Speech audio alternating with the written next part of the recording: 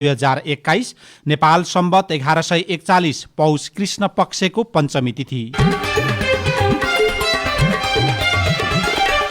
साझा खबरमा प्रमुख खबरका शीर्षकहरू। संसद विघटनबारे सर्वोच्च अदालतलाई राष्ट्रपति, प्रधानमन्त्री र सभामुखको लिखित जवाब। विशुद्ध राजनीतिक निर्णय भएको प्रधानमन्त्रीको तर्क। सभामुख भन्नुहुन्छ असंवैधानिक कदम। नेकपा आधिकारिकता विवादमा निर्वाचन आयोगले दुवै पक्षलाई पत्र पठायो। वडा तहसम्मै विरोध प्रदर्शन गर्ने काङ्ग्रेसको निर्णय। वायु सेवा निगम र अध्यागमन कर्मचारीको मिलेमतोमा मानव तस्करी। समुदायमा कोरोना संक्रमण फैलिएको पत्ता लगाउन देशभर एन्टिजेन परीक्षण गरिँदै। 10 महिनापछि बन्द भएका विद्यालयहरू खुल्दै। कृषिमा 48 अर्बको आयात, निर्यात भने जम्मा 4 अर्ब मात्रै।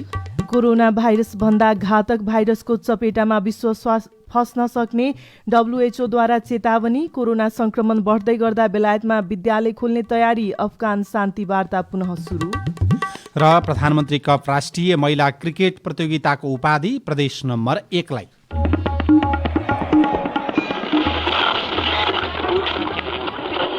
सयौं रेडियो, हजारौं रेडियो कर्मी र करोडौं नेपालीको माझमा यो हो सामुदायिक सूचना नेटवर्क CIN।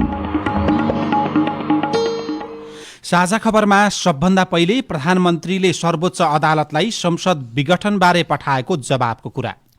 प्रधानमन्त्री केपी शर्मा ओलीले आफ्नै दलभित्रको असहयोग र अवरोधका कारण सरकारले आफ्ना काम कारबाही गर्न नसकेकाले ताजा जनादेशका लागि प्रतिनिधि सभा विघटन गरेको दावी गर्नुभएको छ। सर्वोच्च अदालतमा दर्ता भएका 1 दर्जनभन्दा बढी रिट निवेदनहरूको एकमुष्ट जवाफ दिने क्रममा प्रधानमन्त्री ओलीले प्रतिनिधि सभा विघटन विशुद्ध राजनीतिक निर्णय भएकाले त्यसभित्र अदालत प्रवेश गर्न नमिल्ने दावी समेत गर्नुभएको छ।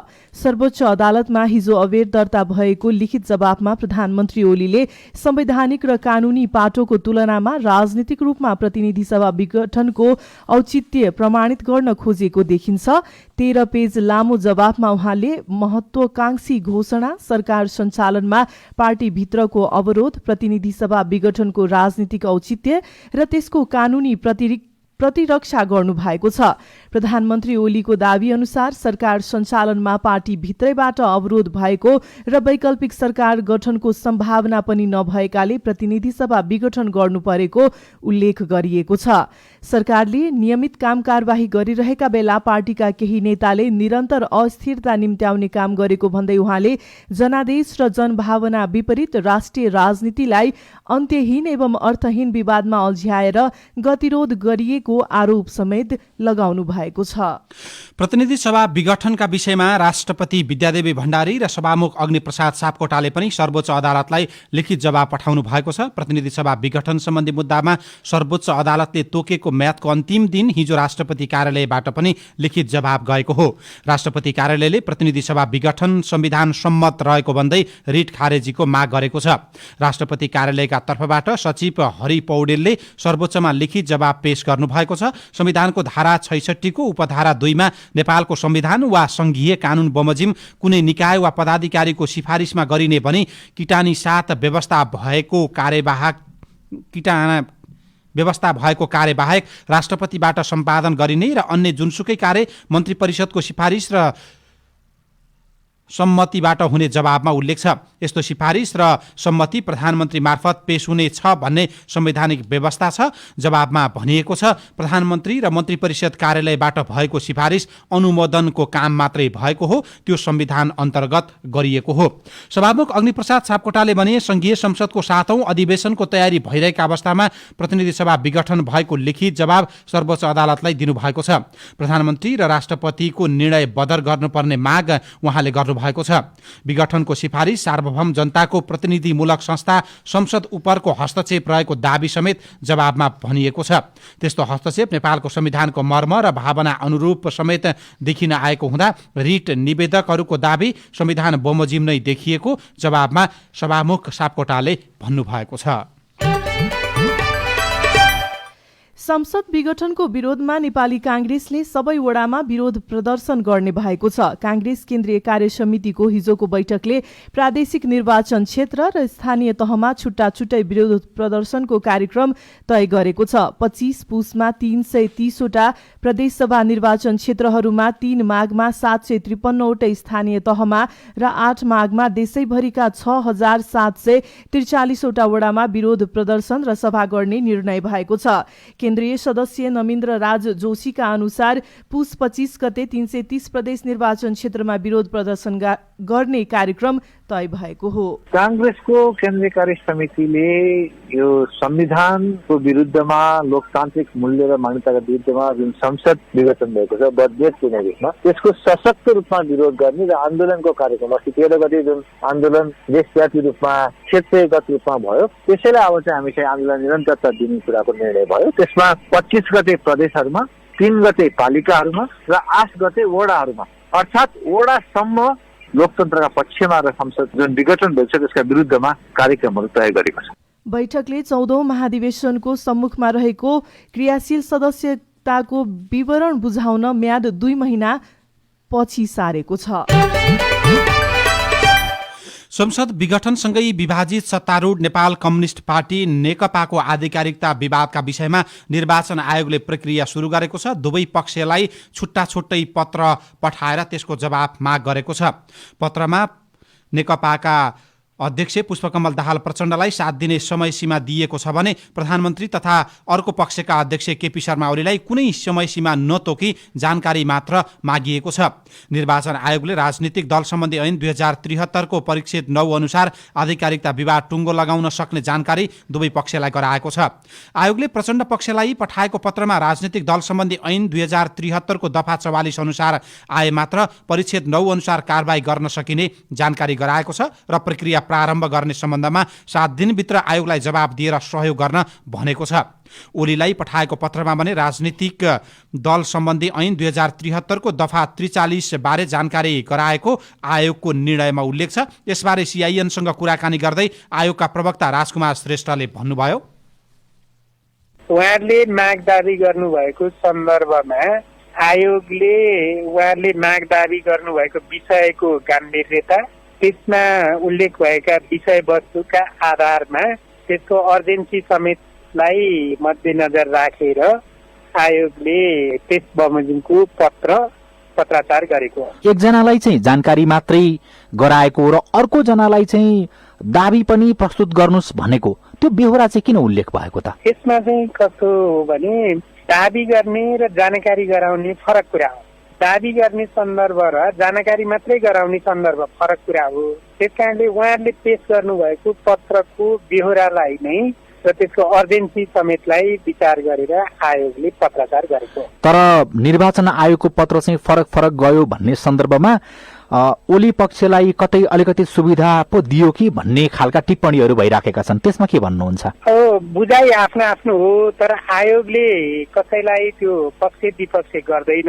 दुवै पक्षबाट आयोगमा पेश गरिएको पत्रको बेहोरा, विषय र त्यसको माग दाबी फरक छ। त्यसकारणले माग दाबी गरिएको विषयको सन्दर्भ र गम्भीरतालाई मध्यनजर गरेर पत्राचार गरिएको कुरा मैले यहाँलाई अघि नै पनि बताइसकेँ। जसको पत्रमा जस्तो खालको प्रश्न थियो आयोगले त्यस्तै खालको जवाफ मात्रै दिएको हो भन्न खोज्नु भयो नि त तपाईले? उहाँहरूको पत्रको सन्दर्भलाई उल्लेख गरिसकेपछि विषय त त्यही पत्र उहाँहरूले पेश गर्नुभएको सन्दर्भसँग नै सान्दर्भिक छ भन्ने नै बुझ्नु पर्ला नि त।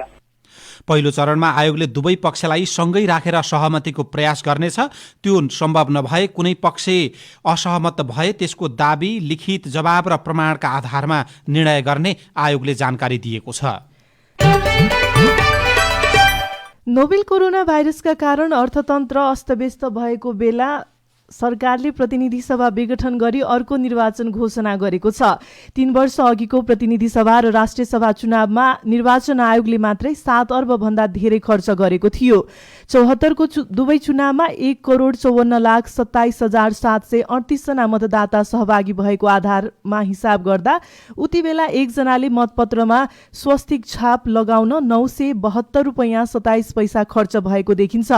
यसपालि चुनाव भयो भने जिल्ला निर्वाचन कार्यालयलाई समितिलाई छुट्टै बजेट पठाउनु पर्ने मनाङका निर्वाचन अधिकृत हरिप्रसाद ढकाल बताउनुहुन्छ।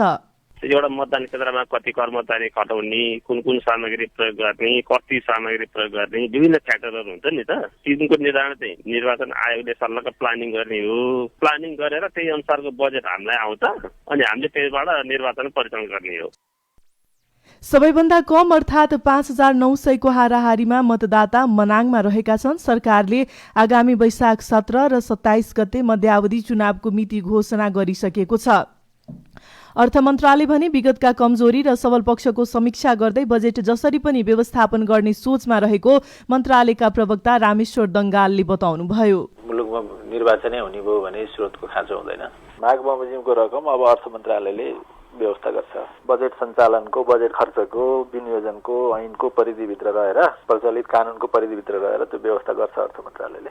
चालु आर्थिक वर्षका लागि बजेट प्रस्तुत गर्दा मध्यावधि निर्वाचनबारे सोचिएको थिएन। त्यसो हुँदा सरकारले विकास बजेटबाट रकमान्तर गरी लैजान्छ कि भनेर चिन्ता पनि व्यक्त गर्न थालिएको छ।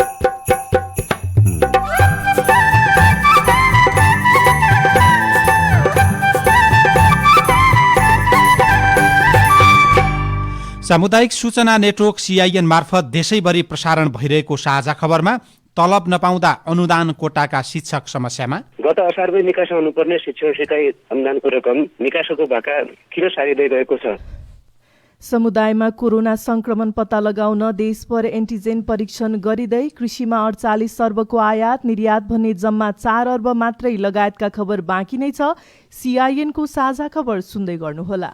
राष्ट्रिय पुनर्निर्माण प्राधिकरण सिंहदरबार काठमाडौँको निजी आवास पुनर्निर्माण तथा प्रबलीकरण लाभग्राहीहरूलाई अनुदान लिने समय सीमा सम्बन्धी अत्यन्तै जरुरी सूचना। निजी आवास पुनर्निर्माणको अनुदान सम्झौता गरी पहिलो किस्ता लिएका सबै लाभग्राहीहरूले दोस्रो किस्ता लिनका लागि जग तहसम्मको मापदण्ड अनुसारको निर्माण पूरा गरी 2077 माघ मसान्तसम्ममा सम्बन्धित स्थानीय तहमा प्रमाणीकरणका लागि निवेदन दिनुपर्नेछ।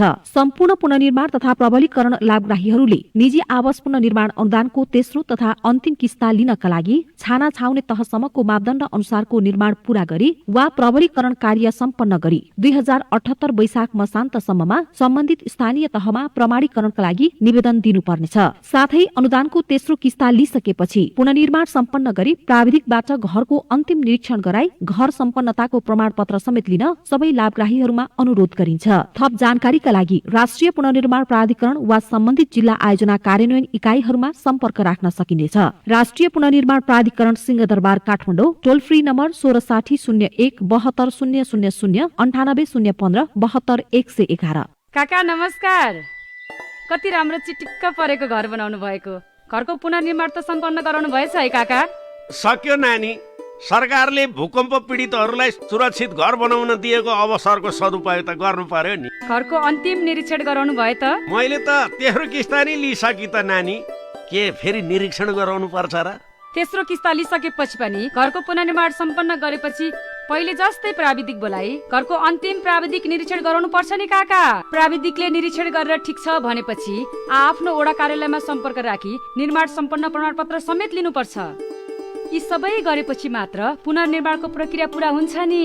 ए यो कुरो त मलाई थाहा नै थिएन नि। अब भोलि नै प्राविधिक बोलाएर घरको चेकजाँच गराउँछु र निर्माण सम्पन्नको प्रमाणपत्र लिएर ढुक्क भएर बस्छु। राष्ट्रिय पुनर्निर्माण प्राधिकरण भूकम्पीय आवास पुनर्निर्माण आयोजना सिंहदरबार काठमाडौँ। सामाजिक रूपान्तरणका लागि यो हो सामुदायिक सूचना नेटवर्क CIN। तपाईँ अहिले देशभरिका सामुदायिक रेडियो CIN खबर.com र मोबाइल एप CIN-बाट एकैसाथ साझा खबर सुनिरहनु भएको छ। अब काठमाडौँबाट आज पत्र पत्रिकाले छापेका खबर। कान्तिपुर दैनिकको पहिलो पृष्ठमा 3 लाख जनाको एन्टिजेन परीक्षण हुँदै शीर्षकमा खबर लेखिएको छ। सरकारले समुदायमा कोरोनाका सक्रिय संक्रमित पत्ता लगाउन देशभरबाट झण्डै 3 लाख जनताको नमूना संकलन गरी निशुल्क परीक्षण गर्ने भएको छ। सक्रिय संक्रमितको पहिचान नहुँदा थप संक्रमित बढ्न सक्ने प्रक्षेपण भएपछि सरकारले यो नीति अघि सारेको हो। सक्रिय संक्रमितको पहिचानमा ढिलाइ हुँदा पछिल्लो समय कोरोनाकै कारण मृत्यु हुनेको संख्या बढेको सरकारको आकलन छ। मृत्यु दर घटाउँदै सक्रिय संक्रमितको पहिचान गरी रोग फैलिनबाट जोगाउन एन्टिजेन परीक्षणलाई व्यापक बनाउन लागि मन्त्रालयले जनाएको छ। मन्त्रालयका प्रवक्ता डाक्टर जागेश्वर गौतमले एन्टिजेन परीक्षण गर्दा पोजिटिभ नतिजा आएका व्यक्तिलाई संक्रमित सरह उपचार गर्न निर्देशन दिएको जानकारी दिनुभयो। कोभिड-19 को एन्टिजेन परीक्षणको निर्देशिका अनुसार परीक्षण गर्दा संक्रमण पुष्टि भएका व्यक्तिहरूलाई संक्रमित बानी खोज अनुसन्धान उपचार आदि गराउनु हुन कोभिड-19 सङ्कट व्यवस्थापन केन्द्र, सबै प्रदेश सामाजिक विकास मन्त्रालयहरू र सबै अस्पतालहरूलाई स्वास्थ्य तथा जनसङ्ख्या मन्त्रालय यो जानकारी गराउँदछ। समुदायमा सक्रिय कोरोना संक्रमित भए पनि आफै परीक्षण गर्न नआउने र आए पनि ढिला आउँदा समुदायमा थप जोखिम बढेको सरकारको निष्कर्ष छ। कान्तिपुरकै भित्री पृष्ठमा कृषिमा 48 अर्बको आयात हुँदा 4 अर्बको निर्यात शीर्षकमा खबर लेखिएको छ। सरकारले 15औं योजनासम्ममा कृषिका मुख्य बालीको उत्पादन बढाउने लक्ष्य राखे पनि आयात निर्यातको खाडल झनभन्दा झन बढ्दो छ। कृषि तथा पशुपन्छी विकास मन्त्रालयले तयार पारेको पहिलो चौमासिक प्रगति विवरण अनुसार 48 अर्ब रुपैयाँको आयात हुँदा 4 अर्ब रुपैयाँको मात्रै निर्यात भएको छ। मुख्य बाली चामल, मकै, गहुँ, हरियो तरकारी लगायतको आयात उच्च देखिन्छ। मन्त्रालयले आर्थिक वर्ष 2077-78 मा धान उत्पादन 70,832 टन वृद्धि भएको दावी गरिरहँदा चामल आयात भने उल्लेख्य बढेको छ। नयाँ पत्रिका दैनिकले भित्री पन्नामा वायु सेवा निगम र अध्यागमनका कर्मचारीको मिलेमतोमा मानव तस्करी भइरहेको छानबिन समितिको निष्कर्षको खबरलाई छापेको छ। लकडाउनमा खुक्कुलो भए यता 10,000 भन्दा बढी नेपाली भिजिट भिसामा संयुक्त अरब इमिरेट्स पुगेका छन्। तीमध्ये 90% अर्थात् करिब 9,000 युवा स्वदेश नफिरेको गृह मन्त्रालयको छानबिनले देखिएको छ। उनीहरू भिजिट भिसा दुरुपयोग गर्दै वैदेशिक रोजगारीमा गएको मन्त्रालयको निष्कर्ष छ। अध्यागमन कार्यालयकै कर्मचारीको मिलेमतोमा भिजिट भिसामा मानव तस्करी भइरहेको सूचनाका आधारमा मन्त्रालयले छानबिन थालेको थियो। छानबिनका क्रममा त्यही पुष्टि भएको छ। समितिले अन्तर्राष्ट्रिय उडान खुले यताको तथ्याङ्क लिएर छानबिन गरिरहेको थियो। वायु सेवा निगमका कर्मचारी र अध्यागमन कर्मचारीका मिलेमतोमा सेटिङ भइरहेको र त्यसैका आधारमा भिजिट भिसाको दुरुपयोग गरेर 4 महिना यता 9,000 युवाहरू उतै गएर बसेको अध्ययनका क्रममा देखिएको नवराज मैनालीले खबर लेख्नु भएको छ। भित्री पन्नामा पाइलट र होमस्टेसँग स्वास्थ्य रिपोर्टको 5 गुणा महँगो शुल्क लिँदै चिकित्सक शीर्षकको खबर पनि छापिएको छ। नेपाल नागरिक उड्डयन प्राधिकरणले तोकेको चिकित्सकको पाइलट र चालकका सदस्यहरूसँग 5 गुणा महँगो शुल्क लिएर स्वास्थ्य प्रमाणपत्र जारी गर्ने गरेको खुलेको छ। प्राधिकरणले डाक्टर राजीव कुमार देव र सञ्जीव कार्कीलाई उड्डयन स्वास्थ्य सुपरिवीक्षक नियुक्त गरेको छ। प्रत्येक वर्ष पाइलटहरूको स्वास्थ्य परीक्षण रिपोर्ट हेर्ने र प्रमाणपत्र जारी गर्ने गरी प्राधिकरणले चिकित्सक नियुक्त गरेको थियो। तर रिपोर्ट 5 गुणा महँगो शुल्क चिकित्सकहरूले लिएको अध्ययनका क्रममा देखिएको छ। र अन्नपूर्ण पोस्ट दैनिकले पहिलो पन्नामा मधेसका आमा जो अरूकै नामले चिनिन्छन् शीर्षकमा खबर छापेको छ। उहाँ 50 वर्षको हुनुभयो। गाउँको मेदपुरवाली भनेर चिनिनुहुन्छ। योभन्दा बढी चिनाउनु पर्यो भने सिरिट सदाको घरवाली भनेर परिचय दिइन्छ। महतरीको मधवा गाउँकी मेधु पुरवालीलाई आमा बुवाले राखिदिएको नाम हो सरिता सदा। तर सरिता सदा भनेर आजसम्म उहाँको नाम कसैलाई पनि थाहा छैन।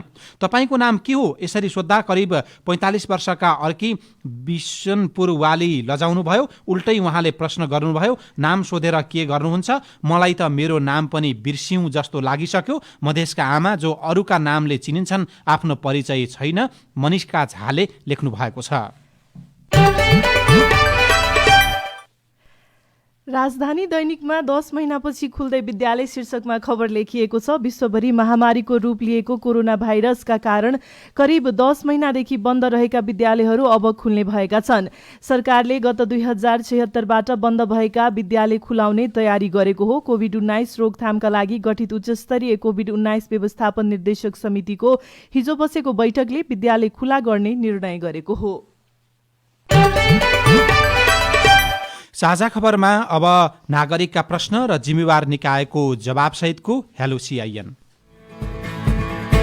सरकारले हाम्रो जुगल गाउँपालिकामा प्रावि निमावि र मावि गरी थप शिक्षक दरबन्दी कोटा पठाएको भन्ने 3-4 महिना भएको सुनेको। जुगल गाउँपालिकामा सम्पर्क गर्दा विषयहरू तोकिएर आएको छैन, अझै स्पष्ट भएको छैन भनेर वितरण गरिएको अवस्था अहिले छैन। खास आधिकारिक यो के हो, दरबन्दी आएको हो कि होइन, आएको हो भने कहिलेसम्म वितरण हुन्छ? यस विषयमा हामीले जुगल गाउँपालिकाका अध्यक्ष होमनारायण श्रेष्ठलाई सोधेका छौं। के गर्यो भन्दाखेरि दरबन्दी विद्यार्थी संख्याको अनुपातमा संघीय सरकारले कहाँ दरबन्दी कति हुनुपर्ने, कहाँ बढी छ, कहाँ पुगेन भन्ने हिसाबले एउटा डाटा निकाल्यो। त्यो डाटा एक्सपोजै गर्यो। उदाहरणको निम्ति काठमाडौँ उपत्यकामा टन्न बढी दरबन्दी छ, त्यो झिक्नुपर्छ भन्ने रेकर्डमा पर्यो। हाम्रो जुगल गाउँपालिका जस्तो गाउँपालिकाहरूमा चाहिँ दरबन्दी त्यहाँ थपिनुपर्छ भन्ने दरबन्दी मिलानको योजनामा पर्यो हो। यही चिजलाई उहाँले भन्नुभएको हो। अन्तबाट काठमाडौँ लगायतको यस्ता चिजबाट तानिँदै गएपछि त्यो थपिनुपर्ने ठाउँमा आउँछ दरबन्दी भन्ने मन्त्रालयको संघीय सरकारको प्लानिङ छ। हामी जुगल गाउँपालिका र सँगसँगै गाउँपालिका महासङ्घबाट एउटा छिटो गर्नुपर्छ, व्यवहारिक बनाउनुपर्छ, वैज्ञानिक गर्नुपर्छ भन्ने हामीले पनि प्रतिशत दिएका छौँ।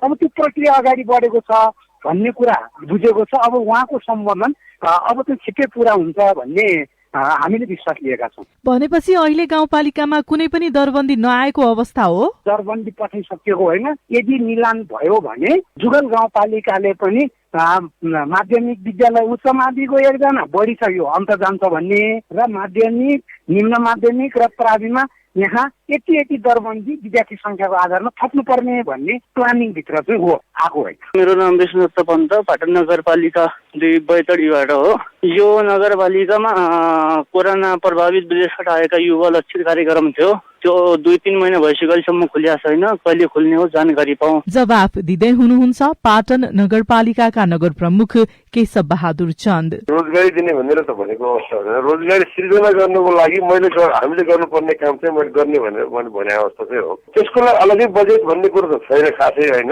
तर अब कुरा कस्तो भने एउटा सहयोगीको भूमिका चाहिँ हामी निर्वाह गर्न सक्छौँ। त्यसको लागि जसो माथि केन्द्र सरकारले पनि त्यसको लागि जो गरेको छ त्यसको लागि त्यसमा चाहिँ हामी सहयोगी भूमिका निर्वाह गरेर उनीहरूको समस्या के छ, अब काम नगरेर त्यतिकै रोजगारको सृजना हुनेवाला छैन। भनेपछि विदेशबाट आएका युवाहरूले कुनै पनि किसिमको व्यवसाय गर्न खोजेको छ भने पालिकामा सम्पर्क गर्नुपर्ने हो। काम गर्नु खोजिरहेको छ भने उसलाई ब्याङ्कको समस्या छ अथवा त्यस्तो किसिमको केही सहयोग चाहिन्छ भने हामी सहयोग गर्न चाहिँ हामी तयार छौँ। डकुमेन्ट सहित अथवा भनौँ न उनीहरूले त्यहाँनिर गएर के गर्नु खोजिरहेछन् उनले भन्ने कुराहरूतिर उनीहरूले त्यो प्रपोजल ल्याउनु पर्यो। तपाईँ जुनसुकै बेला हाम्रो टेलिफोन नम्बर 0152606466मा फोन गरेर दिइएको निर्देशन अनुसार आफ्नो विचार, गुनासो, प्रश्न तथा प्रतिक्रिया रेकर्ड गर्न सक्नुहुनेछ। अब विदेशका खबर। विश्व स्वास्थ्य संगठन WHO का अनुसार कोरोना भाइरसको महामारी सबभन्दा भयानक होइन, योभन्दा धेरै घातक भाइरसले विश्वलाई चपेटामा पार्न सक्ने बताएको छ। WHO को आपतकालीन परियोजना प्रमुख डाक्टर माइक रायनले यो महामारीले विश्वलाई निन्द्राबाट जगाउने काम गरेको बताउनुभयो। कोरोना भाइरसले विश्वभरि 18 लाख भन्दा धेरैको मृत्यु भएको छ। यसअघि स्पेनिस फ्लूलाई भीषण विश्व महामारी भनिएको थियो, जसबाट एक वर्षमा 5 करोडको मृत्यु भएको थियो। अरू कैयौं भाइरसले विश्वलाई चपेटामा पार्न सक्ने विश्व स्वास्थ्य संगठनको चेतावनी छ। कोरोना भाइरस संक्रमितको संख्या बढ्दै गएको भए पनि बेलायतले विद्यालय सञ्चालनमा ल्याउने भएको छ। बेलायती प्रधानमन्त्री बोरिस जोन्सनले विद्यालय सञ्चालनका लागि समस्या नभएको भन्दै क्रिसमसपछि आफ्ना नानी बाबुहरूलाई विद्यालय पठाउन आग्रह गर्नुभएको छ। भारतमा 2वटा खोपलाई अनुमति दिएको छ। अफगानिस्तानमा शान्ति वार्ता फेरि सुरु भएको छ। अफगानिस्तानको विद्रोही समूह र तालिबान अफगान सरकारबीच कतारको राजधानी दोहामा शान्ति वार्ता सुरु भएको अन्तर्राष्ट्रिय सञ्चार माध्यमले लेखेका छन्। अब खेल खबर। दाङको लमही स्थित राष्ट्रिय क्रिकेट मैदानमा भएको प्रधानमन्त्री कप राष्ट्रिय महिला क्रिकेट प्रतियोगिताको उपाधि प्रदेश 1ले जितेको छ। हिजो सम्पन्न फाइनल खेलमा साबिकको विजेता समेत रहेको विभागीय टोली एपीएफ क्लबलाई 6 रनले पराजित गर्दै प्रदेश 1ले उपाधि हात पारेको हो। काठमाडौँ फाइनल नजिक पुगेको छ। काठमाडौँ जिल्ला जारी प्रधानमन्त्री कप 1 दिवसीय पुरुष क्रिकेट अन्तर्गत बागमती प्रदेश छनौट प्रतियोगितातर्फ फाइनलको नजिक पुगेको हो। हिजो त्रिवी क्रिकेट मैदानमा भएको खेलमा काठमाडौँले नुवाकोट जिल्लामाथि 2 विकेटको जित हात पारेको थियो। समयमै रकम निकासा नहुँदा अनुदान कोटाका शिक्षक तलबविहीन रूपमा काम गर्दै रेडियो रिपोर्ट। अरू खबर र कार्टुन पनि बाँकी छ। CIN को साझा खबर सुन्दै गर्नुहोला। सधैँ पढ्न पाउने बालिकाको अधिकार हो, सबलाई सुरक्षित राख्ने स्कुलको कार्य हो। शिक्षित बालिकाले भोलि कमाउन सक्छन्, स्कुल बन्द हुँदा घरमै रमाउन सक्छन्। घरमै बस्दा सघाउनु हाम्रो पनि काम हो, स्कुल शिक्षा अवसर बढाउने माध्यम हो। जहाँ कहिल्यै नरोकिने शिक्षाको मूल खुल्छ, त्यहाँ समृद्धि उन्नति र आशाको मूल फुल्छ।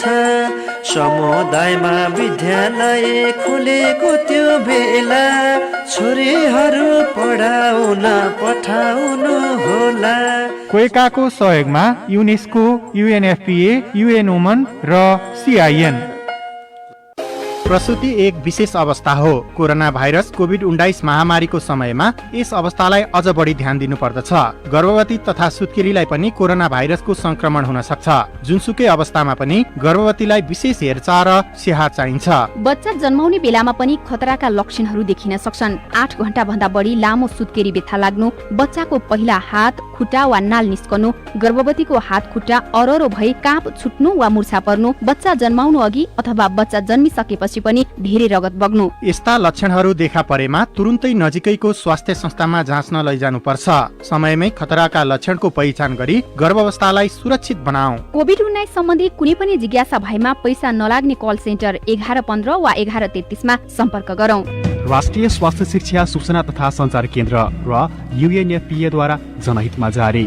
सामाजिक रूपान्तरणका लागि यो हो सामुदायिक सूचना नेटवर्क CIN। साझा खबरमा अब शिक्षण सिकाइ अनुदानको कुरा। चालु आर्थिक वर्षका लागि रकम विनियोजन भइसकेको भए पनि समयमै निकासा नहुँदा शिक्षण सिकाइ अनुदान कोटाका शिक्षकहरूले साउन महिना यता तलब पाएका छैनन्। लामो समयदेखि पारिश्रमिक नपाएका उनीहरूमध्ये धेरैजसोले दिनदिनै CIN मा फोन गर्छन् र गुनासो सुनाउँछन्। गत असारमै निकासा हुनुपर्ने शिक्षण सिकाइ अनुदानको रकम निकासाको भाका किन सारिँदै गएको छ? अबको कति दिनभित्र उक्त अनुदान निकासा हुन्छ? वास्तविक ढिलाइ हुनुको कारण के हो? शिक्षण सिकाइ कोटामा कार्यरत डडेलधुराका शिक्षक टोप राज कापटीको फोन CIN मा आयो। उहाँले चाहिँ चालु आर्थिक वर्षको 2वटा त्रैमासिक बित्न लाग्दा समेत पारिश्रमिक नपाएको गुनासो गर्दै दिनदिनै शिक्षकहरूले फोन गर्छन्। म चाहिँ शिक्षण सिकाइ सहयोग अनुदानमा कार्यरत शिक्षक हुँ र यो असारदेखि अहिलेसम्म यो शिक्षण सिकाइ सहयोग अनुदानको रकम आएको छैन र यो आउँछ कि आउँदैन, आउने भए कहिलेसम्म आउँछ यसको जिज्ञासा गर्दै। शिक्षकहरूको प्रश्न सम्बन्धित स्थानीय सरकारलाई सुनाउँदा जवाफ आउँछ, केन्द्रबाटै बजेट आएको छैन। त्यस्तै जवाफ थियो अमरगढी नगरपालिका डडेलधुराका शिक्षा शाखा प्रमुख हेमन्त पन्तको। केन्द्र सरकारबाट गत वर्षसम्म आएको हो र हामीले चाहिँ त्यो अनुसारले दिएको पनि हो। यसपटक चाहिँ रकम विनियोजन नै भएको छैन। हामी यहाँ छुट्याएर आएकै थिएन। आयो भने त नदिने कुरै छैन। समस्यामै छौँ त्यो नभएको कारणले गर्दाखेरि। चालु आर्थिक वर्षका लागि करिब 1.5 अरब रुपियाँ शिक्षण सिकाइ अनुदान कार्यक्रमका लागि विनियोजन गरिएको छ। बजेट निकासाको लागि कार्यविधि तयार गरी स्वीकृत गराई वित्तीय हस्तान्तरण मार्फत निकासा गर्नुपर्ने हुन्छ। प्रक्रिया मार्फत जाँदा बजेट निकासामा ढिला भएको मानव स्रोत विकास केन्द्रका शिक्षण व्यवस्थापन समन्वय शाखाका प्रमुख वसन्त कोइराला बताउनुहुन्छ। यसको 2-3 चरणहरू थिए। जस्तै पहिलो भनेको कार्यविधि तर्जुमा थियो। कार्यविधि तर्जुमा भएर एप्रुभ भराइसक्यो र दोस्रो चरण भनेको पैसा विनियोजन गर्नुपर्ने थियो। अब 0 दरबन्दी भएका माध्यमिक विद्यालयहरू, 1 दरबन्दी भएका माध्यमिक विद्यालयहरू छुट्याएर गर्नुपर्ने थियो। त्यो पनि काम सम्पन्न भएर त्यो के भन्दाखेरि मन्त्रालय मार्फत अर्थ मन्त्रालयमा पुगिसकेको छ कि त्यो अब वित्तीय हस्तान्तरण मार्फत चाहिँ अब रकम चाहिँ विनियोजन भइसकेको छ। अब केही समयमा स्थानीय तहको खातामा आइपुग्छ। शिक्षण सिकाइ अनुदान कार्यक्रम अन्तर्गत देशभर 2000 भन्दा बढी शिक्षक कार्यरत छन्, तर लामो समयदेखि पारिश्रमिक नपाउँदा दैनिकी चलाउनै समस्या भएको उनीहरूको गुनासो छ। सुशीला श्रेष्ठ, CIN, काठमाडौँ। यो रिपोर्टसँगै हामी साझा खबरको अन्त्यमा आइपुगेका छौं। सामुदायिक रेडियो प्रसारक संघद्वारा सञ्चालित CIN को बिहान 6 बजेको साझा खबर सक्नु अघि मुख्य खबर फेरि एकपटक। संसद विघटनबारे सर्वोच्च अदालतलाई राष्ट्रपति, प्रधानमन्त्री र सभामुखको लिखित जवाब। विशुद्ध राजनीतिक निर्णय भएको प्रधानमन्त्रीको तर्क। सभामुख भन्नुहुन्छ असंवैधानिक कदम। नेकपा आधिकारिकता विवाद निर्वाचन आयोगलाई दुवै पक्षलाई पत्र पठायो। वडा तहसम्म विरोध प्रदर्शन गर्ने काङ्ग्रेसको निर्णय। 22 निगम र अध्यागमन कर्मचारीको मिलेमतोमा मानव तस्करी। समुदायमा कोरोना संक्रमण पत्ता लगाउन देशभर एन्टिजेन परीक्षण गरिँदै 10 महिनापछि बन्द भएका विद्यालयहरू खुल्दै। कृषिमा 48 अर्बको आयात, निर्यात भने 4 अर्ब मात्रै। कोरोना भाइरसभन्दा घातक भाइरसको चपेटामा विश्व फस्न सक्ने WHO को चेतावनी। कोरोना संक्रमण बढ्दै जाँदा पनि बेलायतमा विद्यालय खोल्ने तयारी। अफगान शान्ति वार्ता फेरि सुरु हुँदै। र प्रधानमन्त्री कप राष्ट्रिय महिला क्रिकेट प्रतियोगिताको उपाधि प्रदेश 1 लाई।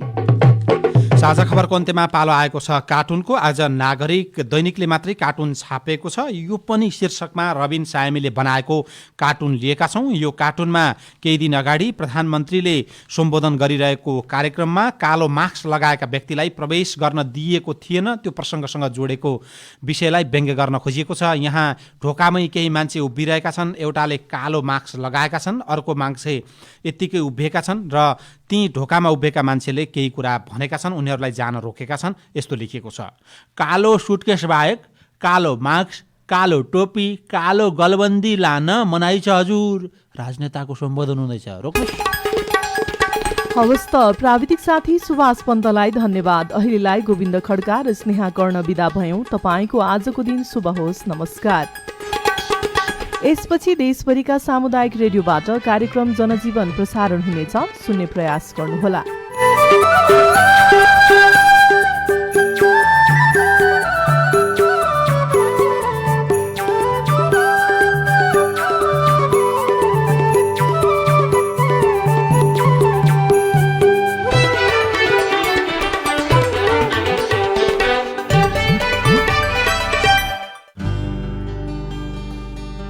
शान्ति